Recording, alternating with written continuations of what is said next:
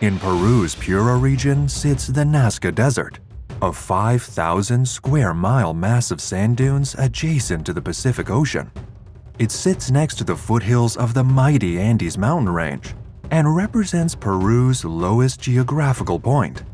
As cold coastal waters combine with the subtropical air inland, the perfect conditions are created to make such an environment, and as a result, it has existed untouched for millions of years. This is an unspoiled stretch of sand and scrubland inhabited mainly by small reptiles and rodents, animals that are capable of living in extreme conditions. Despite the harsh climate and landscape, however, humans have populated the region for thousands of years, leaving behind them one of the most bizarre mysteries in history, the Nazca Lines. In today's video, we will be taking a look at the Nazca Lines, discussing what they were, how they were made, and theories surrounding their origin. Although it is important to remember that this is still one of the largest mysteries in South American history. Join us as we travel back through time to discover the ancient puzzle of the Nazca Lines. The Nazca Lines are carvings in the harder soil of the Nazca Desert, which were made by ancient peoples possibly between 500 BC and 500 AD. The lines cover a space on the desert soil of 50 square kilometers, and the total length of all the lines comes to over 1,300 meters. Most of the lines simply run directly from A to B across the desert, but many geoglyphic engravings of animals and plants can also be viewed from the air. Most of the engravings are between 10 and 15 centimeters deep and roughly 33 centimeters wide. At their widest, however, individual lines can be almost 2 meters across. The lines were made by individuals dragging large wooden or metal tools across the earth, creating patterns as they scraped out the topsoil and exposed the lighter earth underneath.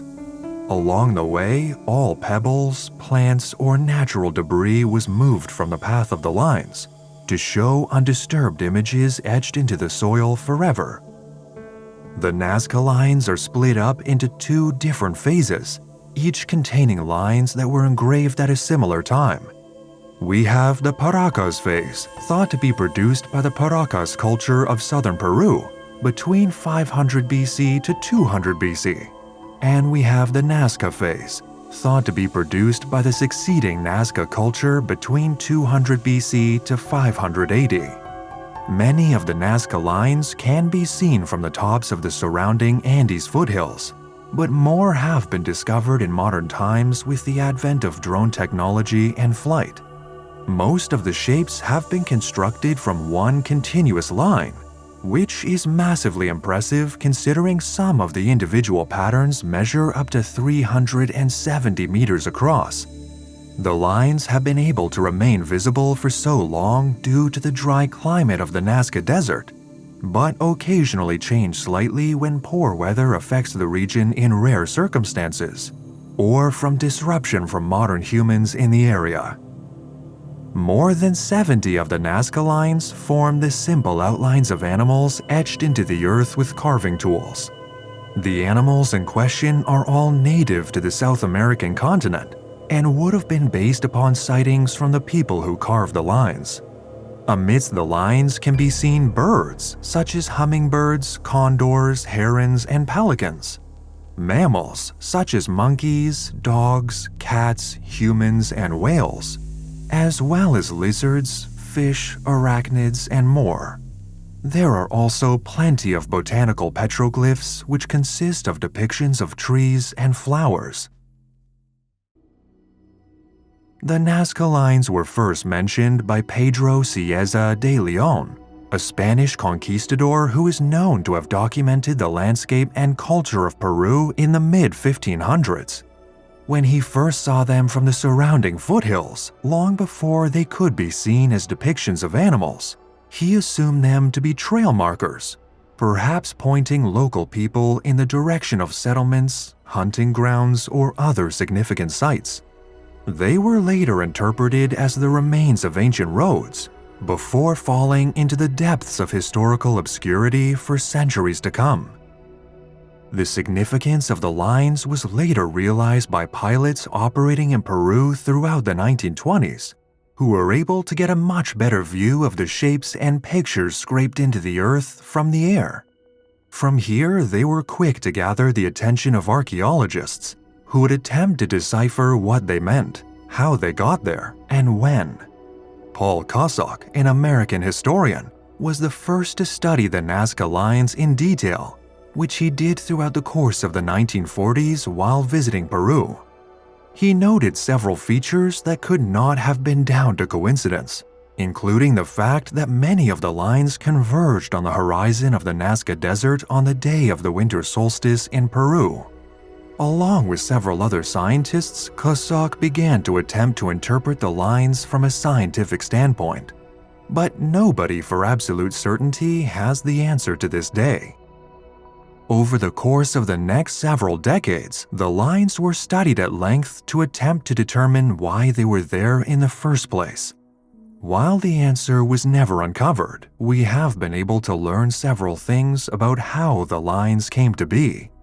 Wooden stakes have been discovered impaled into the earth at the end of some lines, which are thought to be the remnants of tools used by the Nazca culture to engrave them into the soil. We know that individual shapes were created over a period of several days, and the Nazca Lines as a whole were the product of hundreds of years of work. Other objects of interest have been discovered alongside the lines, including figures that resemble human heads, figures that resemble undetermined animals, and many smaller geoglyphs that were previously invisible to scientists prior to the advent of modern technologies. As of 2022, there are 358 known Nazca geoglyphs, and that number is still rising. Drones are being flown around new research centers in the Nazca Desert, which scientists hope could reveal more information about the lines, as well as bringing more glyphs to our attention. In reality, scientists believe that the Nazca Lines we do know of only scratch the surface. There are thought to be many more out there that we haven't yet been able to observe, due to erosion and the positioning of the lines. Many theories exist as to why the lines were developed in the first place, many of which are rooted in science and rationality. However, as with all ancient mysteries, there are those that claim the lines have paranormal or extraterrestrial links, but we will come to those later in the video. The lines seem to have a heavy religious connection, as they were constructed by people who had very close ties with their pantheon of gods and deities. Some theories state that the animals and figures represented at the Nazca Line sites show these deities in detail, or at least symbolic representations of them. Other theories claim that the Nazca peoples etched these lines in the earth for the gods themselves to see, perhaps as artwork to appease them, which would in turn bring them good fortune and bounty. Historians have theorized that the lines show water deities, harvest deities, and more, with certain animals representing different attributes that would appease the gods. Other theories link the lines to astronomy and cosmology, due to the links with the cosmos seen in other ancient works of engineering such as Stonehenge in England and the Cahokia Mounds in Missouri. Scientists are considering the idea that the lines were constructed as a sort of ancient observatory, pinpointing where astrological features would sit in the sky on a day-to-night basis. Such indications in the soil would show where the sun would rise and set, for example, or the location of certain stars in the night sky. Others believe that the geoglyphs show depictions of star constellations interpreted by ancient South Americans, or that they showed personifications of the black negative space created by a lack of stars in the Milky Way. Perhaps these astral links also had a big religious importance to these people, combining the two sets of theories. Some scholars have also connected the Nazca Lines with the ruins of the ancient Nazca settlement of Kawachi, a few miles south of the site. These researchers have split the geoglyphs into different functions, each of which was represented by a temple building in Kawachi. The functions included glyphs that were linked to ceremony and the calendar, which has led some researchers to believe that the Nazca Lines were constructed to communicate with groups of Nazca peoples across their domain at different times of the year. This coincides with the theory that the Nazca Lines may have been used as irrigation systems, carrying water to different parts of the desert, or that they were used as devices that would ritually summon water to the naturally dry landscape. Some theories are a little less believable.